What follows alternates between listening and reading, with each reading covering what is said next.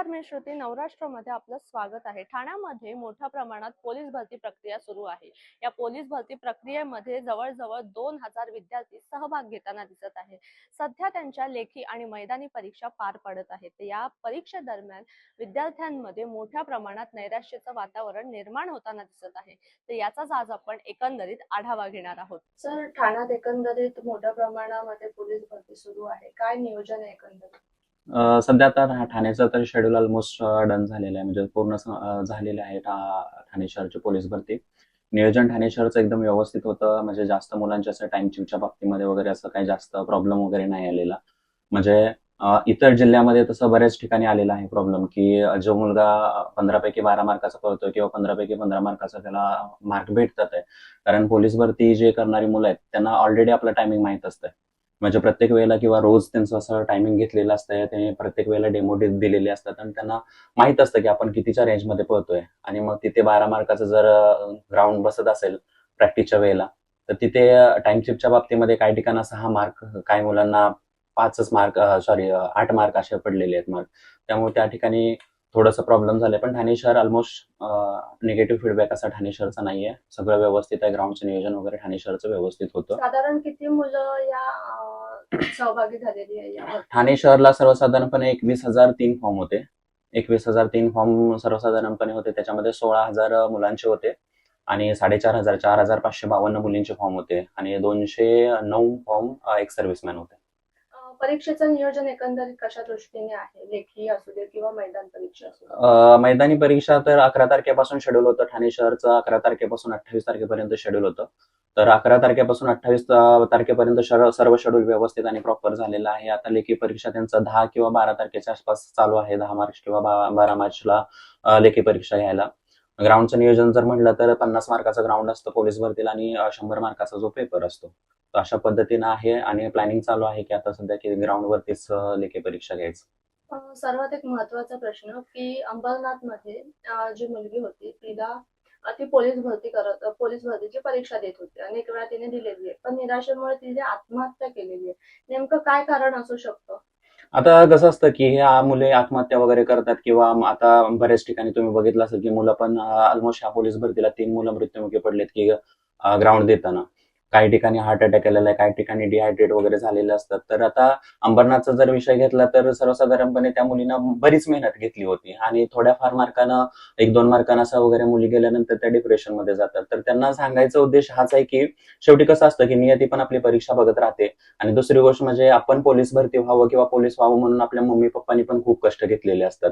तर एक वेळ त्यांना कसं असतं की ह्या पोलीस भरतीमध्ये नाही झालं तर पुढच्या पोलीस भरतीमध्ये प्रयत्न कर. पण जीवाचं बारा वाईट करून घेणं ह्या सगळ्या गोष्टी कुठे ना कुठेतरी चुकीच्याच आहे. आणि दुसरी गोष्ट म्हणजे हा चान्स घेतल्यानंतर पुढचा चान्स लगेच क्रिएट होतच राहतो. आयुष्यामध्ये एक पायरी गेल्यानंतर दुसरी पायरी कुठे ना कुठेतरी भेटतच राहते. तर असं जे पण पोलीस भरती करणारी मुलं आहेत त्यांनी असं नैराश्याच्या पावलामध्ये किंवा नैराश्यामध्ये अशा काही गोष्टी करून नको घ्यायला, जेणेकरून त्या गोष्टीमध्ये किंवा त्या क्षेत्रामध्ये आपल्या पालकांनी उतरवलं म्हणून त्यांना परत आयुष्यभर पश्चाताप नाही झाला पाहिजे. मुलांना एकंदरीत परीक्षेच्या दृष्टीने आणि या सगळ्या गोष्टीमुळे तुम्ही काय उद्देश त्यांना काय संदेश द्याल? सॉरी, मुलांना संदेश काय द्याल की आता परीक्षा सुरू आहे, अनेक मुलं सुसाईड वगैरे करतायत नैराश्यामुळे, काय एकंदरीत संदेश द्याल? त्यांना संदेश द्यायचा म्हटलं तर असाच देईल की मी की शेवटी बघा की जे पण मुलं कंटिन्यू मेहनत घेतात आहे आणि काही मुलांच्या ठिकाणी असं झालेलं असतं की काही मुलं डोपिंग करतात, म्हणजे एनर्जी ड्रिंक घेतात, कुठे इंजेक्शन घेतात वगैरे, स्टेरॉइड्स वगैरे या सगळ्या गोष्टी होत राहतात. आपल्या डिपार्टमेंटमध्ये तर तसं काही अलाउड नाहीये आणि दुसरी गोष्ट म्हणजे डायरेक्ट डिपार्टमेंट कारवाई करतं. आणि तिसरी गोष्ट म्हणजे हे एक क्षेत्र असं आहे की ज्याला कंटिन्यू प्रॅक्टिस लागतो, कंटिन्यू मेहनत लागते आणि तरच तो मुलगा यशस्वी होतो. जर आपण समजा की अशा पद्धतीनं कुठेतरी डोपिंग केलं किंवा जर समजा की आपण हा विचार करत राहिलो की मला जर ह्या वेळेला यश नाही भेटलं तर मी आत्महत्या करणार वगैरे, जर समजा की आत्महत्या करून एकच एक्झाम जर आत्महत्या जर ठरवणार असेल तर आपल्या जगण्याला तर तो अर्थच नाहीये, समजलं. त्यामुळे जरी पण समजा की एकदा अपयश आलं तर खचून जायचं नसतं. अपयशानंतर कुठेतरी यश लिहिलेलं असतं. अपयश ही यशाची पहिली पायरी. अशा पद्धतीची भरती प्रक्रिया सुरू आहे. भरती प्रक्रिया आता आम्ही ज्या ठिकाणी मी दिलंय त्या ठिकाणी मी तुम्हाला सांगतो. ठाणे सिटीला भरती प्रक्रिया पूर्णपणे पारदर्शक पद्धतीने पार पडते.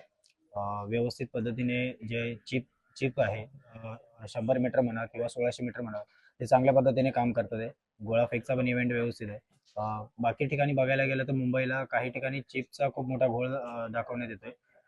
स्पेशली 100 मीटरला काही मुलांचे 15 पैकी 12 जिथं मार्क येतात तिथं त्यांचे 6 मार्क येतात, ते 8 मार्क येतात.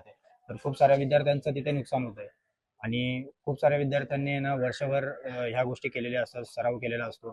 तर वर्षभराचा सराव आणि बोलताना काही सेकंदानेच त्यांचे मार्क जातात आणि पूर्ण वर्ष त्यांचं वाया गेल्यासारखं गोष्टी आहे. बाकी बाकी ठिकाणी बघायला गेलं तर काही ठिकाणी आता सिंधुदुर्गचा मी दिलेला भरती इकडे सिंधुदुर्ग ड्रायव्हरसाठी दिलेला. तर तिकडे ट्रॅक व्यवस्थित पद्धतीने नव्हता. म्हणजे कसा थोडा खालीवर होता, व्यवस्थित आखणी केली नव्हती. कारण त्यांनी 700 मीटरचे दोन राऊंड आणि 200 मीटरचा एक राऊंड दिलेला. तर तो एक व्यवस्थित पद्धतीने नव्हता, कारण की नवीन मुलांना त्या त्या गोष्टी अंदाज येत नाही लवकर. कारण की मोस्टली पोलीस भरतीसाठी 4 राऊंड, 400चे 4 राऊंड असतात. पण त्या ठिकाणी 700 2 आणि 200 मीटरचा एक राऊंड होता. त्यामुळे पोरांना काही अंदाज आला नाही आणि जे हाताचे मार्क होते ते गेले तिथे.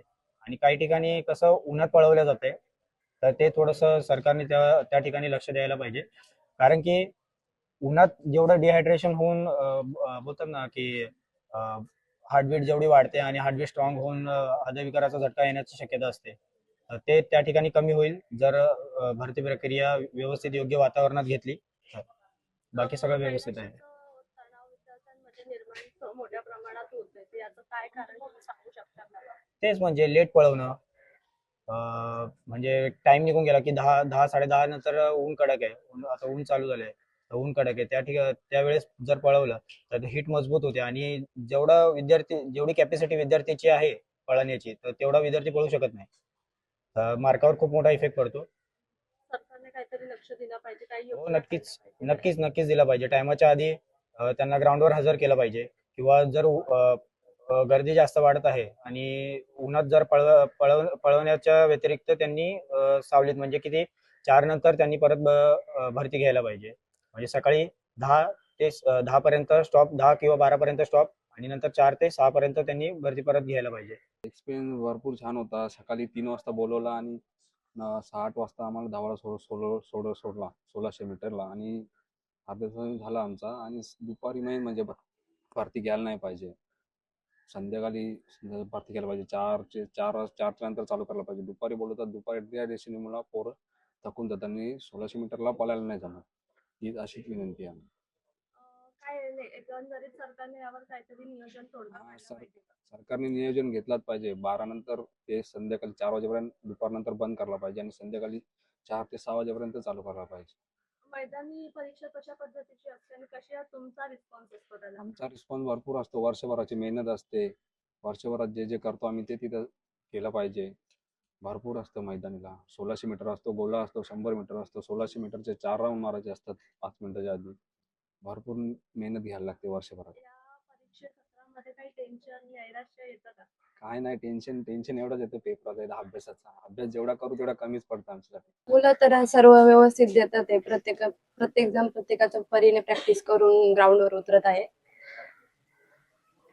प्रत्येक मुलांनी वगैरे डाएट वगैरे फॉलो केला, पाण्याचं प्रमाण वगैरे आपल्या शरीराला दिलं व्यवस्थित, तर काय प्रॉब्लेम येत नाही. फक्त तिथं ग्राउंड वरती गेल्यावरती त्या लोकांनी प्रत्येक मुलाला म्हणजे पाणी वगैरे खायला वगैरे घेऊन दिलं तर मग बरोबर व्यवस्थित तिथं ग्राउंड पार पाडलं जातं. मी मुंबईला ग्राउंड दिलं तर तिथे मला चांगला अनुभव आला. म्हणजे जेवढं पहिलं सुरुवातीला भरपूर मुलांना त्रास झाला, पण नंतर नॉर्मल झालं. म्हणजे नवीन नवीन कुठं पण चालू झालं तर हे होतं, प्रत्येकाला त्रास होतोच भरतीच्या इथे. भरतीच्या वेळी आता कसं उन्हाचं प्रमाण मोठ्या प्रमाणात वाढलेलं आहे, तर वेळेचं नियोजन सरकारकडून काहीतरी वेगळ्या पद्धतीचं असलं पाहिजे असं वाटतं का? किंवा काहीतरी सोयी पुरवल्या पाहिजे का? हा, ते नक्कीच केलं पाहिजे की मुलांना म्हणजे उन्हाचा त्रास नको व्हायला, डिहायड्रेशन नको व्हायला. म्हणजे सकाळी जेवढं लवकर चालू होईल तेवढं चांगलं आहे. आणि उन्हाच्या आतमध्ये कम्प्लीट केलं पाहिजे. आणि दुपारच्या सत्रानंतर म्हणजे 4च्या नंतर चालू केलं तर काय एवढं नॉर्मल 4 ते 5:30 वाजेपर्यंत, 6 वाजेपर्यंत संपवलं, 7 वाजेपर्यंत संपवलं तरी मुलांना काही एवढा त्रास होत नाही. पण दुपारी 11:30च्या नंतर 3:30 4 पावणे 4 वाजेपर्यंत खूप उन्हाचा तडाखा असतो. त्याच्यामुळे मुलांना खूप त्रास होतो. म्हणजे पोरांनी एवढ्या वर्षापासून मेहनत केलेली असते, त्यांना ती एका दिवसाला दाखवायची असते. प्रत्येक जण त्याच्या परीनं प्रयत्न करते त्यांना तो उन्हामुळे त्रास झाल्यामुळे त्यांना एवढ्या वर्षाची मेहनत पाण्यात जाते. मुलांमध्ये थोडं नैराश्याचं कारण दिसतंय कारण की एका अंबरनाथ मध्ये एका मुलीने सुसाईड हा. केलं. तर ते वेळेत न झाल्यामुळे शक्यतो तिचं ग्राउंड चांगलं असणार आणि तिला मार्कच नसेल म्हणावे तसे, तर त्यामुळे तिने असे पण केलं. नैराश्याचं कारण काय आहे?